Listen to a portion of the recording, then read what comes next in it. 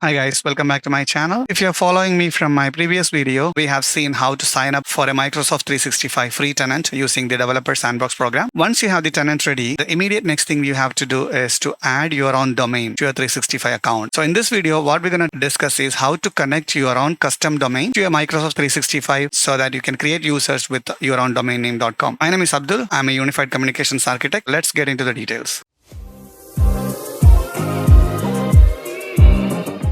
So the agenda of today's video is to connect your custom domain, which is like ajcollab.com or abc.com or anything.com to your Microsoft 365 tenant so that you can get rid of from the on Microsoft domain. In my example, I have a domain name called ajcollab.com, which I purchased from GoDaddy, and I'll also show you how to purchase some domain. Then I will be connecting that ajcollab.com with my 365 tenant. Then if I wanted to create some users, for example, Abdul, I can create Abdul at ajcollab.com.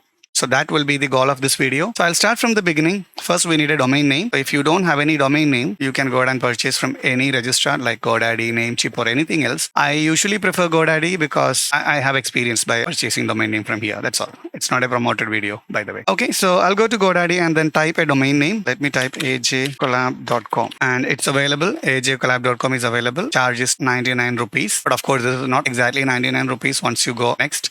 Let's see that. I'm going to click make it yours and then continue. You can opt out all these options. So I don't need any domain protection. I don't need any website, and select no thanks here and then click continue to cart. By default, they have selected 3 years. I'm going to go with 1 year. I am ready to pay. Yes, the total price will be 963 rupees. It might vary if you have some like a Cyber Monday sale or Black Friday sale. You will see much more cheaper options available. But usually when you buy a normal time, this will be the price for a domain name, .com domain name. You can also purchase .in domain name. That will be much more cheaper. But I'll go with the .com domain name. The only thing you need to click continue purchase and enter your payment options and then make it yours. I did that already. So I do have a domain name called ajcollab.com. This one, the current one which I'm purchasing is aj-collab, right? Without hyphen, I have already a domain. I go to my GoDaddy account and then products, domains. I can see all these domains. And this, I will go to ajcollab.com, which is my test lab domain. Select the 3 dot and then go to edit DNS. The edit DNS option, you will see a lot of text records and other stuff. I'm going to come back and discuss these things later. Okay. So at this point, I got the domain name. Now I'll go back to my Microsoft 365 account, which I signed up using the developer program. Now, if you go to show all settings, domains. Currently, I have only the default on Microsoft domain. So I'm going to add my own domain, add a domain, then domain name ajcollab.com. Use this. Now they are saying verify you are the actual owner of the domain. So we have multiple options to verify. Add a text record in the domain DNS or MX record or add a text file in your website. I will go with the first option, add a TST record in the domain's DNS records. Select that option and click continue. Now Microsoft gonna say add a text record with a value of this and a detail of this inside your domain name. So it is very easy. You go back to your DNS and then select your domain, which is ajcollab.com. Click add new record. They're asking you to add a text record with a value of at, which you can see here. This is at, and then text value will be this. So name will be at and value should be this. And if you click on this small icon here, it will copy to the clipboard and come back here and paste it. Go to custom and 3600. So this is what you need to do.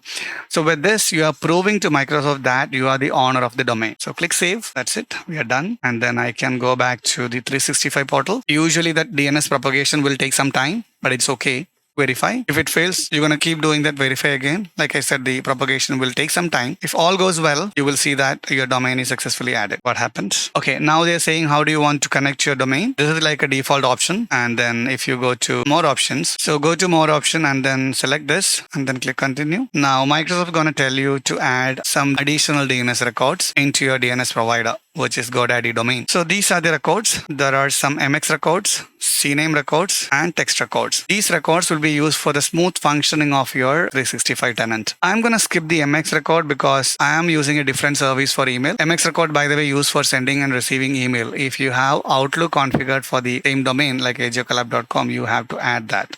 Since I'm not using that, I'm not going to update anything into MX record. So you can skip that. The second one is this again for Outlook, and another text record is for protecting the Outlook. It's okay. I can skip all of this. Whenever it's required, we can come back and add it later. Advanced options, Skype for Business, CNAME, and SRV. These are the record Microsoft asking you to connect. So I'm going to skip MX record because I'm not using Microsoft 365 for sending and receiving email with my domain name.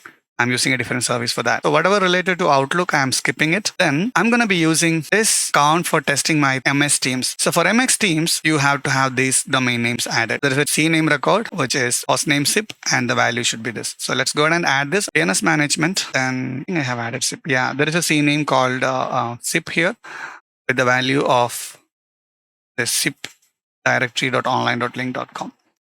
It's not only required for Skype, it is also required for Microsoft Teams as well. So it is already added. If you don't see that in your domain name, of course, when you purchase a new domain, you will not be seeing this at all. You can go add new, CNAME, the name will be SIP, and value will be that particular value. Okay, so this is one thing. I'm not going to save this because I do have it already. You can select 1 hour and updates.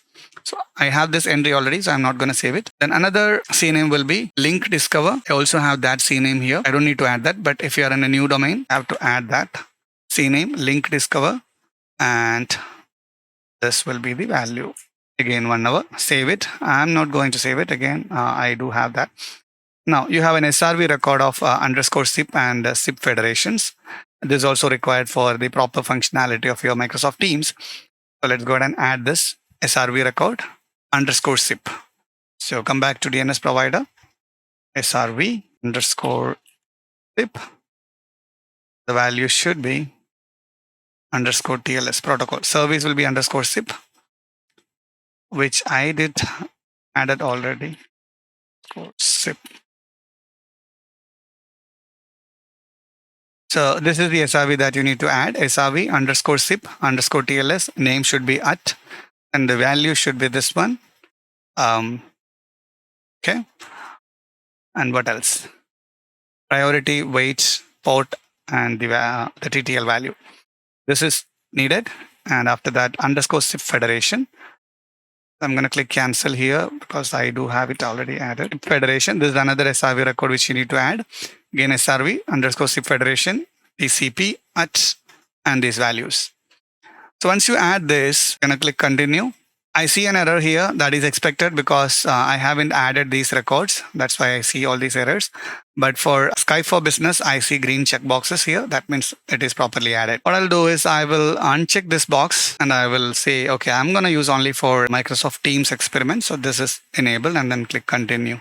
Otherwise, I'll keep getting warnings saying that your Outlook DNS records are not properly configured. I'm skipping that Outlook part, and I'm going to be using only for Microsoft Teams. All right, now you see your domain setup is complete. Was it easy to add your domain? Yes, of course, it was easy. Click done. Now you added your domain name to 365. And also that is a domain name which is by default as taken. Now let us create a new user in my domain. So go to users, active users, click add user. If you ask me what is this user, this is the default user which I have created during the sign up process of my 365 sandbox tenant. Let it be there. That will be my global administrator. I'm creating a separate user. So add a user. First name will be MS and admin. By the way, this user will be a secondary administrator. Okay. Display name MS admin. That's good. Username msadmin at ajcollab.com. So you do have the other option here, ajdevelop.onmicrosoft.com, which is the default domain name provided by Microsoft. But that is not the best practice, right? We should have our own users. So I'm going to click ajcollab.com. So a new user will be created, msadmin at ajcollab.com. Uncheck this as well. Let me create a password. Yeah, so I got a password. Click next. India here, it's fine. Create a user without license. So click next. A role. Currently the role is just a user. I'm going to make this user as the global administrator. I select all admin. So this particular user will have admin access to all services. Click next. So we are good. Finish adding. So I have successfully created a new user, which is msadmin at ajcollab.com. And that user is a global administrator. And now I can log out from this one and log in with that msadmin account. So let me close this. All right. I'm going to sign out. admin.microsoft.com. New user. Now this is msadmin at ajcollab.com. Now they're asking me to create the two-factor authentication sign-up. I can skip this or I can continue by activating this. So let me gonna activate that. So I'm gonna click next. By the way, we have activated this for the main other administrator in the last video. It's always recommended that you activate the two-factor authentication for global administrators. Normal users, you can skip that. And there is a settings to disable that as well for normal users, but global administrator will be always asked for two-factor authentication. So like I said, you need to install the Microsoft Authenticator application, then click next, again next, and pick up your phone and scan the QR code. So in my Authenticator application, there is a plus icon over here. Click that, then select work or school account, scan a QR code. So I'm going to scan this QR code. All right, account got added. Click next.